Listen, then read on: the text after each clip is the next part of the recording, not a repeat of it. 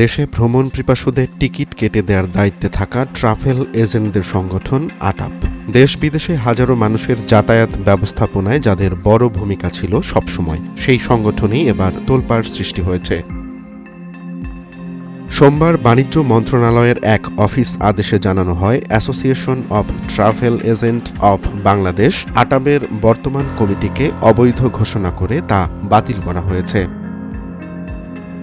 তাদের বিরুদ্ধে অভিযোগের তালিকা অনেক লম্বা। ভোটের সময় নিয়ম না মেনে নির্বাচন আয়োজন, সদস্যদের টাকা আত্মসাৎ, এমনকি আটাব অনলাইন নামে একটি বেআইনি প্ল্যাটফর্মের মাধ্যমে কোটি কোটি টাকার প্রতারণা। অথচ এই প্ল্যাটফর্ম চালুর বিষয়ে বেসামরিক বিমান পরিবহন ও পর্যটন মন্ত্রণালয়ের নিষেধাজ্ঞা ছিল আগেই। অভ্যন্তরীণ দুর্নীতির প্রতিবাদে মাঠে নামে সংগঠনেরই একটি অংশ। আটাব সংস্কার পরিষদ নামে গঠিত এ পক্ষ মানববন্ধন করে দেয় প্রশাসক নিয়োগের আবেদন। অবশেষে বাণিজ্য মন্ত্রণালয় পদক্ষেপ নেয়।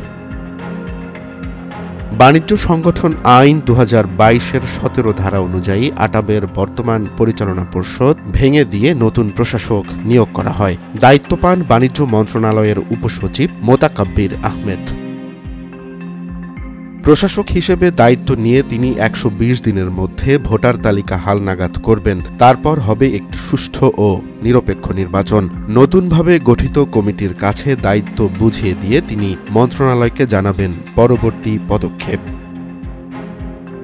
এ আদেশের অনুলিপি পাঠানো হয়েছে যৌথ মূলধন কোম্পানি ও ফার্মসমূহের পরিদপ্তর, জেলা প্রশাসক সহ এফবিসিসিআই এবং অন্যান্য সংস্থায়। এর আগে জনপ্রিয় অনলাইন টিকেটিং প্ল্যাটফর্ম ফ্লাইট এক্সপার্টের কর্ণধার দেশ থেকে পালিয়ে যান। জনপ্রিয় এই অনলাইন ট্রাভেল কোম্পানির কর্ণধার সালমান বিন রশিদ শাহ সায়েম প্রায় ৩ কোটি টাকা আত্মসাৎ করে উধাও হয়ে গেছেন বলে অভিযোগ পাওয়া গেছে। তার অবস্থান এখন কানাডায় বলে ধারণা করা হচ্ছে। পর্যটন ও ট্রাভেল খাতের ভেতরের এই দুর্নীতি ও প্রতারণা কেবল অর্থনৈতিক ক্ষতি নয়, বরং গ্রাহক আস্থার বড় ধাক্কা।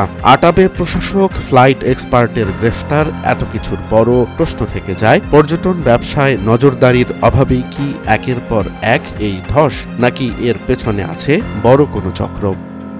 রোমান্স তালুকদার, নয়া দিগন্ত।